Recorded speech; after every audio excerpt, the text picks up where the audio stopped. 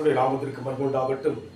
நேற்று நாம் தியானித்த வண்ணமாக சபையிலே அவருடைய உண்மை விளங்கும் என்று பார்த்தோம். அதனால் சபை கூடுதலை நாம் முக்கியப்படுத்த தேவன் விரும்புகிறார். அதிலே நாம் ஆழமாய் கடந்து போக நம் வாழ்க்கை ஒப்புக் கொடுப்போம். இந்த வழியிலும் கூட 2 தீமோத்தேயு புத்தகம் 2ஆம் அதிகாரம் 13ஆம் வசனம், நாம் உண்மை இல்லாதவராய் இருந்தாலும் அவர் உண்மையுள்ளவராய் இருக்கிறார், அவர் தம்மைத்தாம் மறுதலிக்க மாட்டார்.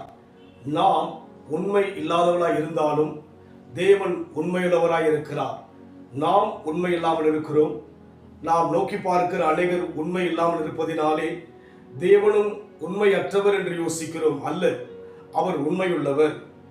அவர் உண்மையில் பெரியவராய் இருக்கிறார். அவருடைய உண்மை மாறாது என்று பார்த்தோம்.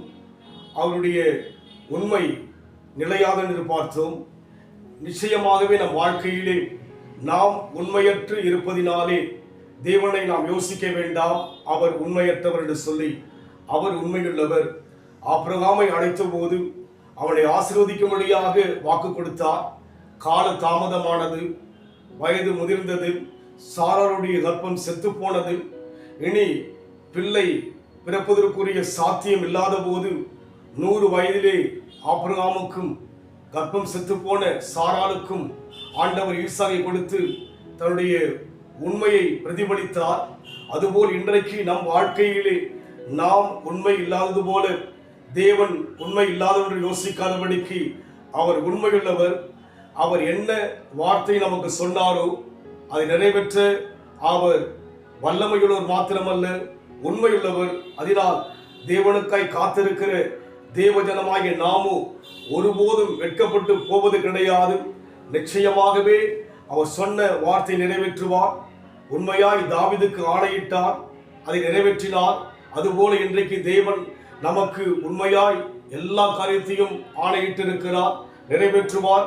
அதனால் நம் வாழ்க்கையிலே நாம் சோர்ந்து போகாதபடிக்கு தேவனை சார்ந்து வாழ நாம் ஒப்புக் கொடுப்போம்.